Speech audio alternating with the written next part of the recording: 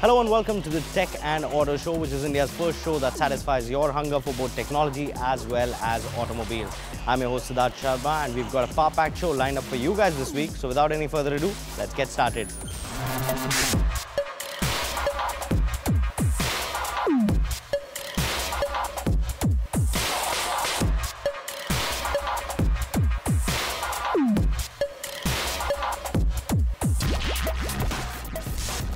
Alright, that's our lineup on the show, and first up what we have for you is a Blackberry device. Yes, Blackberry's made a comeback in India with the all-new Blackberry Key One, a smartphone that has both a touch and a physical QWERTY keyboard input to it. It's priced at Rs 39,990 and a lot of people would say that it competes with the OnePlus 5, but that's not the case. Up next, we tell you why.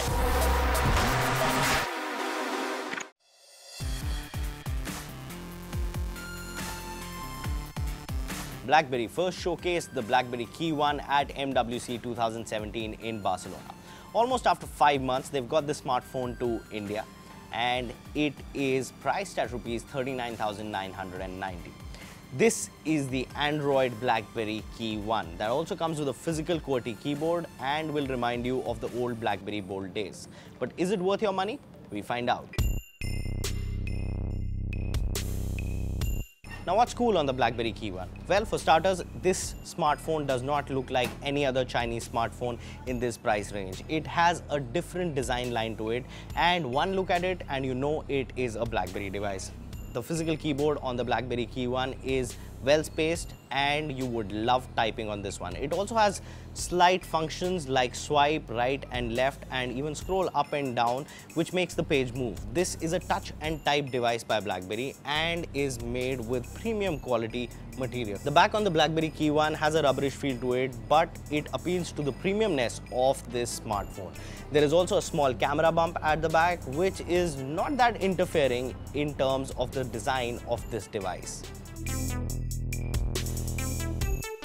Now, the display on the Blackberry Key One is measured at 4.5 inches. Now, this is a display that many would think is very small, but I still think that a 4.5-inch display still makes sense in 2017, and almost every app that you run on it will feel seamless. The display is quite bright, has a good pixel density as well, and you would not be complaining much about the display on the Blackberry Key One over here. Now, apart from the physical keyboard, it also comes with 3 buttons on the side. One is the volume rocker. On the right side of the phone, you get the power button. And this is a smart launcher through which you can actually choose whatever app you want to launch by pressing this button, even when the screen is locked. Now, the Blackberry Key One is not a smartphone that boasts of amazing specs. It does not come with a Qualcomm Snapdragon 835 processor. Instead, it comes with an octa-core Qualcomm Snapdragon 625 processor that is clocked at 2 GHz and comes with 4 GB of RAM. Now, for many, that might not be enough, but trust us, when it comes to the ecosystem that this entire smartphone has to offer, that is more than enough firepower that you'll ever need. Now, the Key One is a dual SIM device that comes with a hybrid SIM card slot tray. That also means that you can expand the 64 GB of storage on this device if you're just using a single SIM card. But if you are using 2 SIM cards, well, you won't be able to expand the storage on this one. Talking about the operating system on the all-new Blackberry Key One, it does run on the latest Android Nouveau operating system that also has a little bit of custom bloatware on top of it by Blackberry. But the coolest thing on the Blackberry Key One is the Blackberry Detect platform. It is like a double layer protection for the data on this device.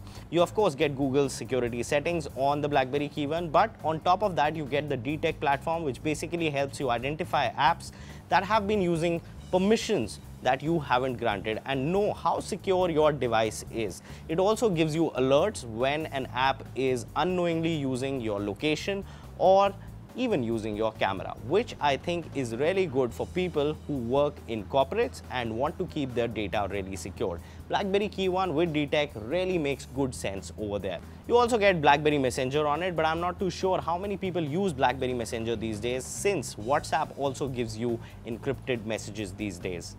Now the Blackberry Key One also comes with an 8 megapixel front camera, which is good for clicking selfies, and the battery on the Blackberry Key One also lasts you easily a day and a half. Now it's not like everything is cool with the Blackberry Key One over here.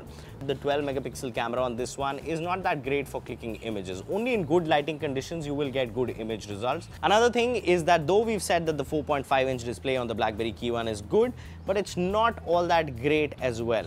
It is not good for watching videos because you are intruded by this keyboard over here. The sound quality is also just average. For people who love to watch streaming content, the Blackberry Key One might not appeal to them. Gaming is also another area of concern, though the processor on this one gives you a seamless gaming experience, but then using the phone with the keyboard intruding while playing first-person shooter games might pose a problem for people who love to game on the go. So what do we think about the all-new Blackberry Key One? Well, it's priced at Rs 39,990, and in that price you get the OnePlus 5. You also get good phones like the Honor 8 Pro. So why should you go for the Blackberry Key One? First of all, if you were a Blackberry fan, this might give you some old-time nostalgia with the physical keyboard on it. The other thing on the Blackberry Key One is the DTech platform. If you are someone who's finicky about the data that they store on their device, well, this is the smartphone to buy. It sure makes a good appeal and good value for money for people who work in corporates and want to keep their data secure. But for regular Android users, you can skip the Blackberry Key One for now.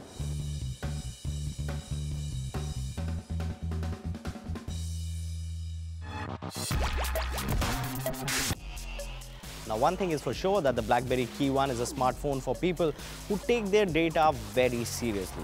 And talking about seriousness, there are a lot of serious bikers out there for which Honda's come out with the all-new Africa Twin in India.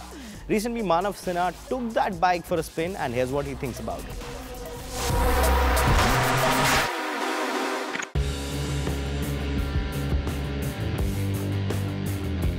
Now say you had about 14 lakh rupees lying around and you wanted just one motorcycle that can pretty much do everything and be the only motorcycle you really need in your garage. Well, it is said that no bike fits that requirement better than this, the Honda Africa Twin. We tested out to find out just how true that saying is. Let's start with the way it looks. The Africa Twin actually manages to conceal its size really well, and you won't be blamed for mistaking this as a middleweight at first glance. And that's why it also comes across as friendly and not intimidating like other ADV motorcycles. The LED headlamps look sleek and the black, white and red color combination looks fantastic. The Twin looks good even from the back, and despite the large exhaust and the sari guard that it comes with, it is still a good looking motorcycle. The seat height is adjustable by 20mm, but short riders could still find it a bit tall.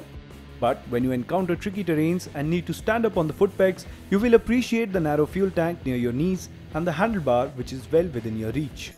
Otherwise too, the seating position is very relaxing and the wind deflector does a brilliant job at deflecting wind blasts. The Honda Africa Twin is also very friendly when it comes to the handling department.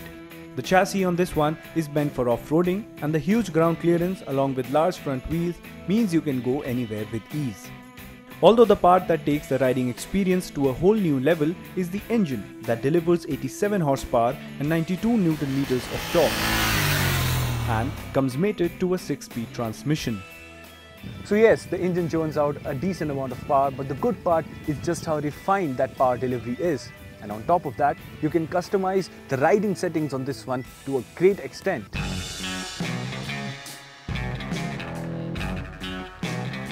There are 3 levels of traction control, and yes, you can turn it off as well. There's ABS too, and you can switch it off for the rear wheel in order to allow for some wheel spin and letting the tail out when you need to. There are several riding modes as well, as you can choose from the regular drive mode followed by 3 stages of S mode, which alter the gear ratios as per your need. There's also the G switch, which makes for more direct throttle response and gives the half clutch riding experience. The biggest differentiating factor on the Africa Twin is the transmission. In India, there is only the DCT version available. What this basically means is that the Twin rides like an automatic, as it is the onboard computer that shifts gears for you based on the selected riding mode. In place of a clutch lever, you have an e-brake, and there's no gear lever as well. Thankfully, you can switch to manual mode and choose to shift when you like. But since there is no gear lever, you have to do it from the paddle shifters with your left hand. And for those of you who are concerned, yes, it shifts at the right time and smoothly. But then there were a few things that we wished were a bit better. Like, there is minimal plastic protection for the radiator, which is concerning. On top of that, the instrument cluster is quite reflective and could be tricky to see in direct sunlight. Also, the tires that come with the Twin are more road focused, so if you have off-roading in mind, then you might want to get a set of chunkier tires. But at the end of the day, all of this is really nitpicking, as the bike overall offers a great riding experience which is unlike any other motorcycle in the segment. So back to the question we asked in the beginning. Is this the only motorcycle you really need? Well, the answer is yes. This is a great value for money motorcycle, and once you get your head around that automatic transmission, you will realize just how brilliant this machine is. And that's why it is a winner in our books.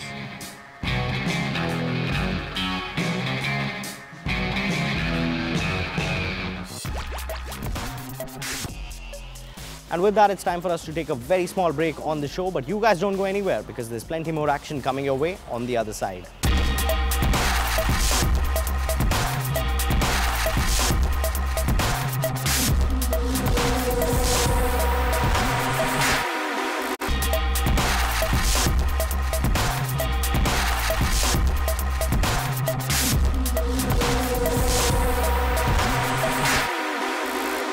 Welcome back, you're watching the Tech and Auto Show with me, Siddharth Sharma. Now, if there's any smartphone out there that can give a tough fight to the iPhone 7 and the 7 Plus, it has to be the Samsung Galaxy S8.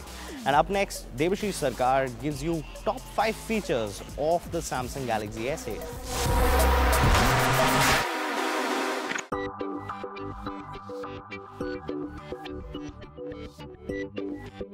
The Samsung Galaxy S8 is drop-dead gorgeous, no doubt about that. And when it comes to enabling users to get more from their smartphones, the Samsung Galaxy S8 is definitely a cut above.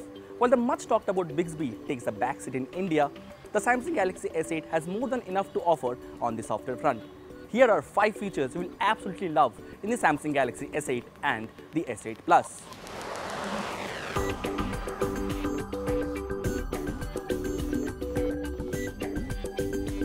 First up, Samsung Pay. Of course, Samsung Pay is not exclusive to the Samsung Galaxy S8 and S8 Plus. But if you have a Samsung phone with Samsung Pay on it, you should totally try it out. You can literally surprise anyone by just swiping your mobile instead of your credit card or your debit card at any POS terminal. Samsung Pay is supported by all major banks in India.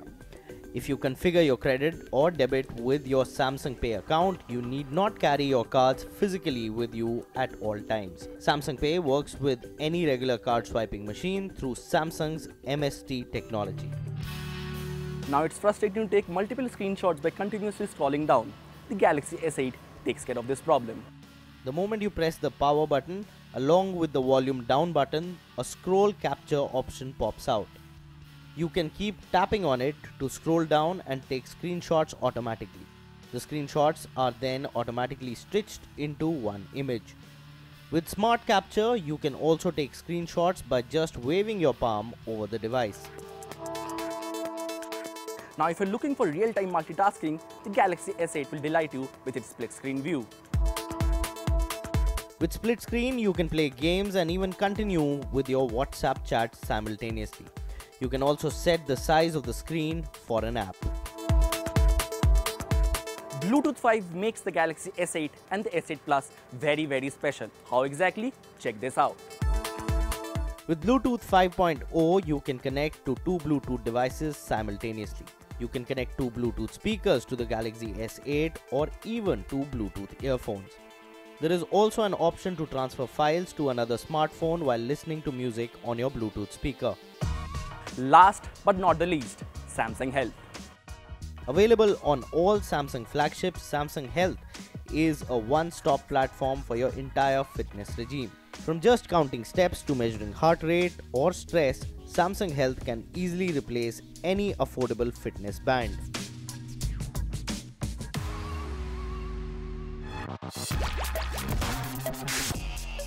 Moving on to some automotive action on the show, if I ask you this question, which is that one car that is synonymous with Mr. Bean or the movie Italian Job? Your answer would be the Mini Cooper. We checked out the 21st century Mini Cooper D, and here's what we think about it.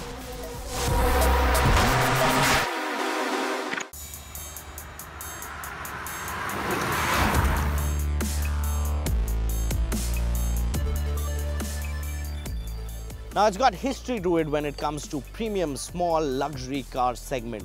And of course, it's featured in some famous Hollywood movies. In its brand new avatar, we get you the all-new Mini Cooper.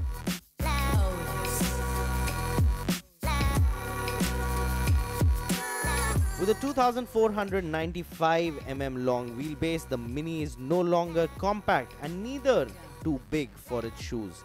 It still has that compact turning radius of 10.8 meters.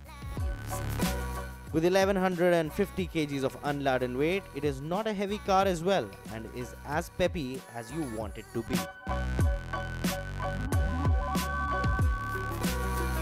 It is a looker with its wide smiling front grille and sexy oval LED headlamps with cornering lights. The rear lights also have a chrome surround to it. The car retains its classic looks with touches of 21st century detailing. Now, the new Mini Cooper is longer, wider and taller than its predecessor, and BMW says it's now much more fun to drive. Let's find out.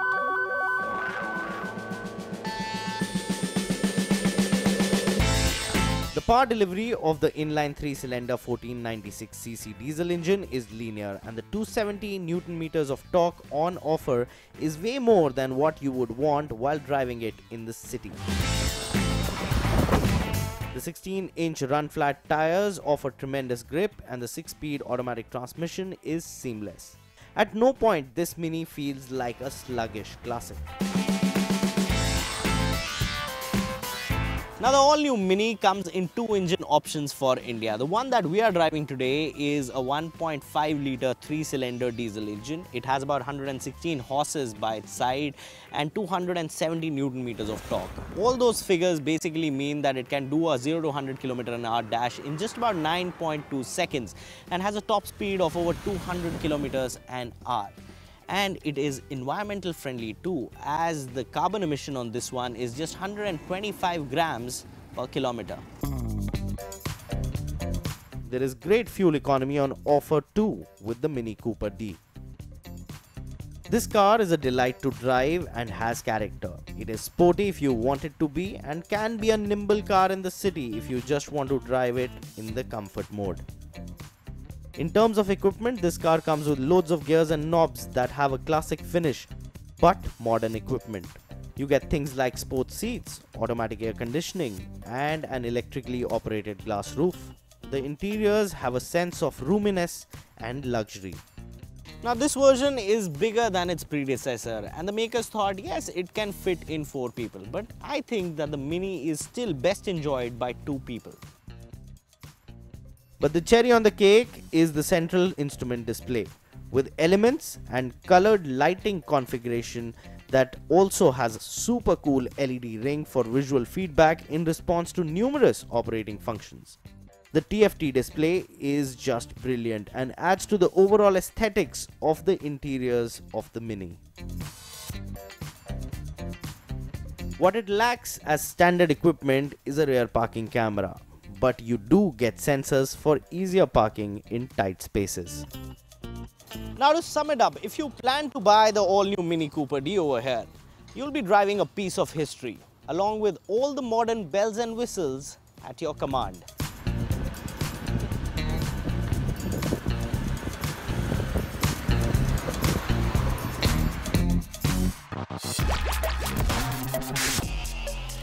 And with that, it's time for us to say goodbye on this edition of the Tech and Auto Show. If you have any comments, queries or suggestions, feel free to tweet us on our Twitter handles. All you technology lovers, you can tweet us at News18Tech.